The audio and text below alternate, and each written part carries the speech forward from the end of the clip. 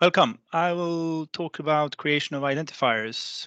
I will talk a little bit about how to think about them when we are working building analytical systems. And by analytical systems, I mean sort of data warehouses, data lakes, anything that we really want to do analytical querying against. So, who am I? Patrik Lager, been in this area for data warehouse and information architecture and stuff like that for the last 20 years, and is one of the drivers of something called the focal framework that's part of the ensemble modeling family. Okay, today then I will talk about a little bit about identity versus identifier and different kinds of identifiers. I will also talk about the birth of an identifier and how that can be important when you defined how to identify something.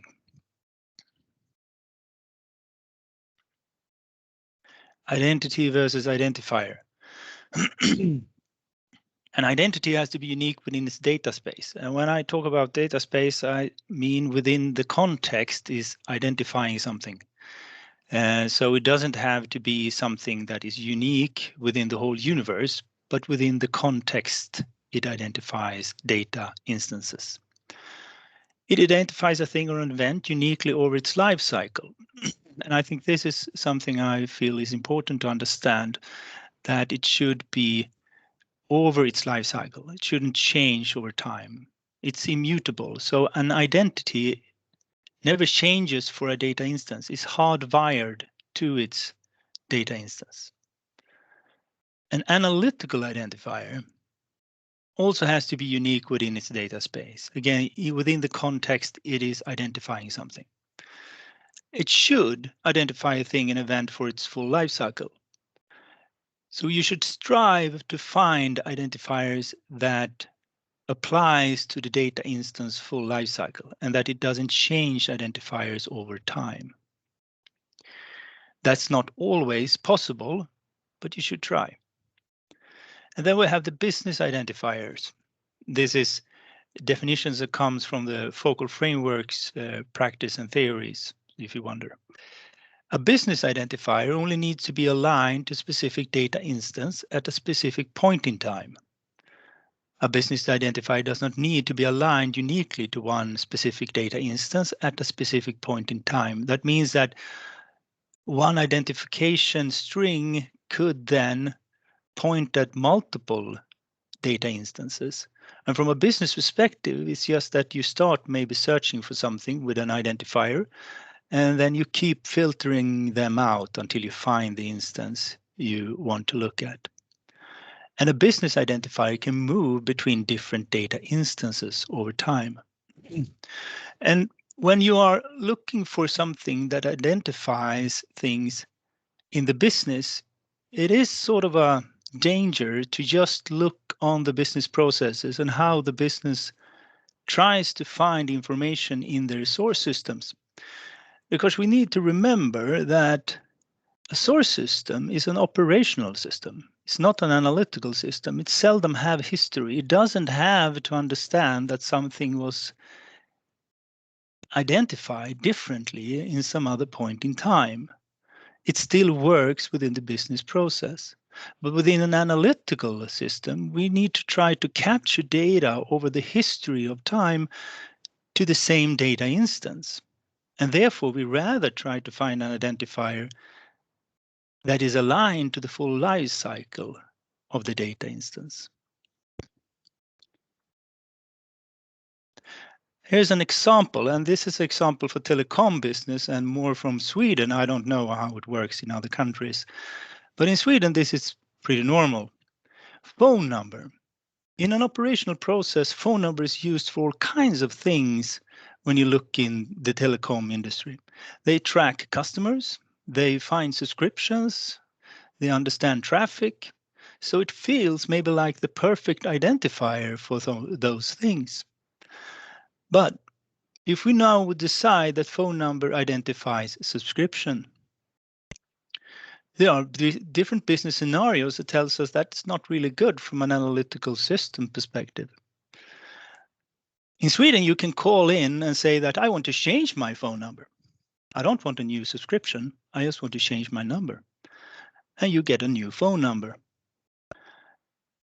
Think about it from a telecom perspective. When we do analysis, one of the most important part they do is intake of subscription and churn of subscription, because they don't always have full control of who is the customer really, but they know their subscriptions. So in this case, then you change your phone number, then it would look like that we get one new subscription because it identifies subscriptions, right? And one is churning. So we would have intake of one and a churn of one. In business scenario 2, the customer changes subscription but keeps the phone number. That's a very normal thing in Sweden, that you can even move between telecom operators and just move your phone number with you. But you can also change subscriptions, choose another plan that you want to have, and keep your phone number. But in the real world, so to speak, the customer has signed a new subscription. There are new terms. There are new conditions on the services that it's going to use. Maybe more free surf, maybe more free SMS, and whatever we sell as a part of that subscription setup. But the implication in the analytical system would be that there is no new subscription. It's the same subscription. It just changes a lot of values when we do the true delta. And business scenario 3 is that old phone number get reused. So if the scenario 1 would be that you change your phone number, normally in Sweden, the old phone number is then inactive for 13 months, and then it gets reused. And there is a totally new customer that gets that phone number for a totally different description. But if you use the phone number as the identification of it, it just looks like we activates an old subscription.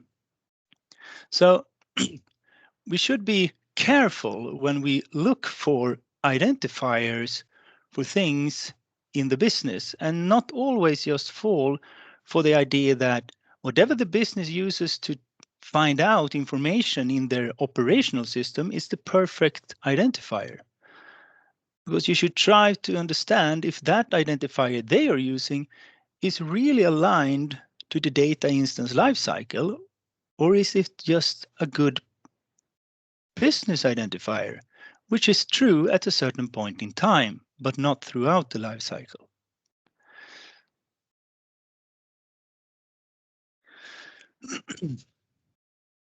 Birth of an identifier. So why would this be important? Well, let's look what we do in an analytical system. There are two things, that one thing we don't want to happen and one thing that we do want to happen. So when we're building and loading our analytical system, we want to avoid key collision. And that means that we would say get the same identification string within the same context and the same data instance from two different systems. And they would point really at two different instances of data in the real world. But since they have the same identification string, we would think it's the same thing. We integrate them, but they shouldn't integrate. The other thing that we want to achieve is key integration. We get the same identifier from two different systems that points at the same instance, and we want them to integrate because within the process, maybe the data instance itself moves between systems, and we want to follow it through the process and maybe get other kinds of data from one part of the system and other kinds of information from the other part of this another system, but we want them to address the same key, so to speak, describe the same data instance. So what does that have to do with the birth of identification? Well, if we look at this example, here we have a Google C equity. It is identified by something that's called International Security Identification Number, ISIN. And it's a good-looking string, and it's really good identifier because it's aligned with the life cycle of the equity. But if we now would have a context where we have financial instruments, there could be that within the financial instruments, there would be equity, bonds, maybe derivatives, local financial instruments that is very specific for a specific customer and stuff like that. And we can't ensure that whatever they come up with these local ones, does not get an exact same identification as the ISIN number. Of course, this shouldn't happen, but there's one thing we are pretty clear of when we're working within analytical systems, that anything happens, especially those things that shouldn't happen. So in Focal, we have decided that we should follow a process to understand where is the identifier born. That means that we want to understand who issues, who owns the identification string. And also we want to understand what type of data does it identify. Because with those two knowledges, we can build a string that is unique. So if we look at this, the ISIN code is born at this place. It is issued by an organization, the International Security Identification Numbers Organization. That's a mouthful. And the ISIN organization then, you can apply for a new ISIN and they will issue one if you are allowed to have one. And that way, they are in control of that registration. So here is the birthplace. So when we want to build an analytical identifier, we have three parts. And this is to achieve a controlled key integration and avoid key collision. So we find out who is the owner or issuer of the identifier and what type of data it identifies. And together with these three parts, we can ensure that we do not get key collision. But the other thing also, we get a controlled key integration. I know that some people do use these kind of things, but more from an ad hoc perspective that, oh, they are the same. We put sys-ID in front or some system ID or something like that in front and it becomes unique. But I rather see that you work in a consistent way, in a repeatable pattern with a distinct way of what you're supposed to do and always do it to ensure that you get a good analytical identifier. So you can implement it as columns, as three columns, an issue column, a type column, and the identifier. And that would be the uniqueness of it. Or you put it as a string, where you just concatenate all the things together in one long string.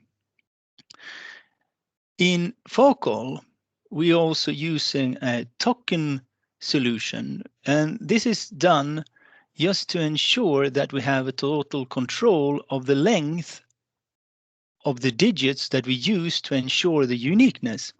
So we have a 4-token string to represent the issuer and a 4-token string to represent the type of data. And then we always have that 8-digit string in front of any identifier. And since we are sort of in control of what we put in front of it, we can always ensure that it is unique. But also, if you follow the same theory and practice always, you can also ensure a controlled integration.